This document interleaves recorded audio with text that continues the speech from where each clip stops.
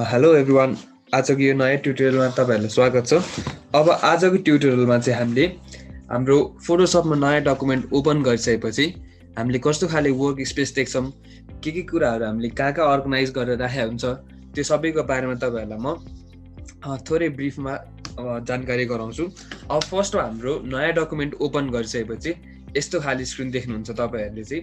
यतापट्टि लेयर्सको प्यानल भन्छ यसलाई हामीले, यतापट्टि च्यानल भन्ने छ, यतापट्टि पाथ प्यानल भयो। अब लेयर्सको प्यानलमा हामीले काम गरेर हुन्छ। फोटोसपमा चाहिँ हामीले डिफ्रेन्ट लेयर्सको इमेजेसहरूलाई चाहिँ डिफ्रेन्ट लेयर्समा अर्गनाइज गरेर हामीले वर्क गर्छौँ। त्यही भएर लेयर प्यानल एकदमै इम्पोर्टेन्ट छ। अब त्यस्तै लेयर प्यानलमा चाहिँ तपाईँहरूले यहाँनिर हामीले हिजो बनाउँदाखेरि चाहिँ न्यू डकुमेन्ट क्रिएट गर्दाखेरि हामीले ब्याकग्राउन्ड कलर व्हाइट राखेको थियो।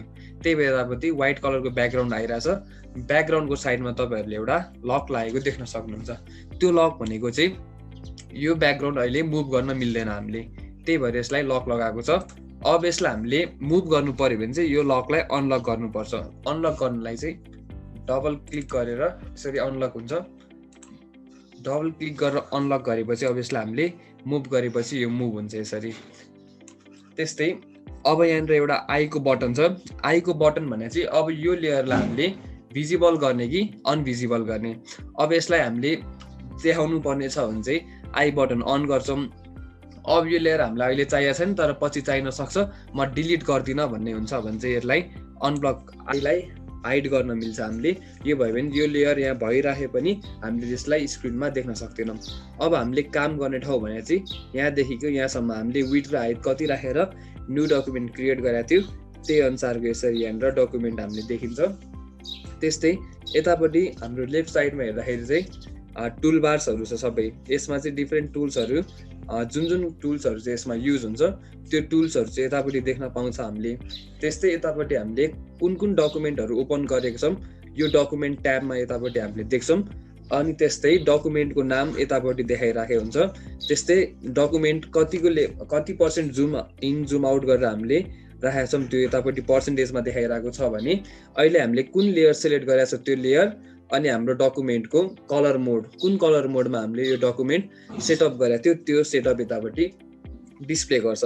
त्यस्तै यतापट्टि हेर्दाखेरि चाहिँ हाम्रो एडिसनल विन्डोजहरू टुल्स बाहेकको अरू अप्सनहरू चाहिँ हामीले एडिसनल अप्सनहरू चाहिँ यतापट्टि विन्डोजमा हामीले देख्न सकिन्छ। अब यतापट्टि हामीलाई केही इम्पोर्टेन्ट कुराहरू तपाईँहरूकोमा छैन भने चाहिँ हामीले यता विन्डोज मेन्युबाट चाहिँ कुन प्यानल हामीलाई चाहिन्छ त्यो प्यानल हामीले ल्याउन सक्छौँ। जस्तै अहिले मैले एउटा हिस्ट्री भन्ने प्यानल चाहियो भने मैले हिस्ट्रीमा क्लिक गरेपछि यतापट्टि हिस्ट्री भन्ने प्यानल देखिए भयो।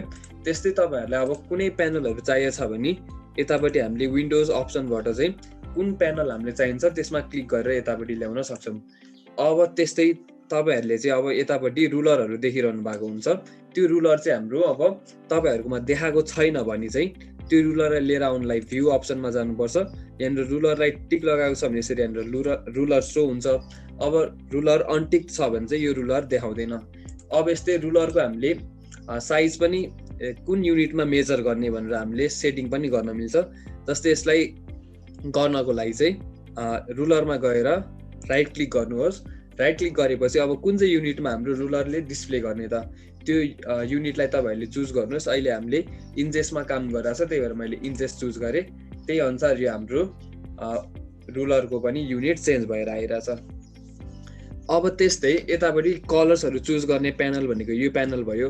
अब तपाईँहरूकोमा चाहिँ यस्तो खाले प्यानल छैन, कुनै कहिलेकाहीँ प्यानल हाम्रो के हुनसक्छ त बिग्रेर आइदिन सक्छ, नत्र झुकेर काहीँ थिचेर प्यानलहरू यताउता बिग्रेर आइदिन्छ। त्यस्तो केसमा चाहिँ हामीले यता माथिपट्टि यो सर्च बारको साइडमापट्टि एउटा यो प्यानलको सेटिङ छ त्यसमा क्लिक गरेपछि कस्तो खाले वर्क स्पेस हाम्रो बनाउने त। अब मैले इसेन्सियल्स भनेर पहिले बनाएको छ। अब 3D ग्राफिक्सको लागि गर्दै हुन्छ 3D वर्क स्पेस हुन्छ, 3Dमा छुट्टै खालको सेटअपहरू हुन्छ यसरी। त्यस्तै नेक्स्ट ग्राफिक्स एन्ड वेबको लागि गर्दैछु भने छुट्टै खाले सेटअप पहिलेदेखि बनाएर राखेको हुन्छ। त्यस्तै अब डिफ्रेन्ट जेको लागि गर्दै हुन्छ त्यही अनुसारको हामीले वर्क स्पेस क्रिएट गर्न सक्छौँ। त्यस्तै हामीले चाहिँ अब नयाँ वर्क स्पेस क्रिएट गर्नु पर्यो भने न्यू वर्क स्पेस क्रिएट गरेर सेभ पनि गर्न सक्छौँ। अहिले चाहिँ तपाईँहरूले सबैले आफ्नो वर्क स्पेसलाई चाहिँ इसेन्सियल्समा राखिदिनु भयो भने तपाईँहरूकोमा नि यस्तै खाले वर्क स्पेस देखाउनेछ।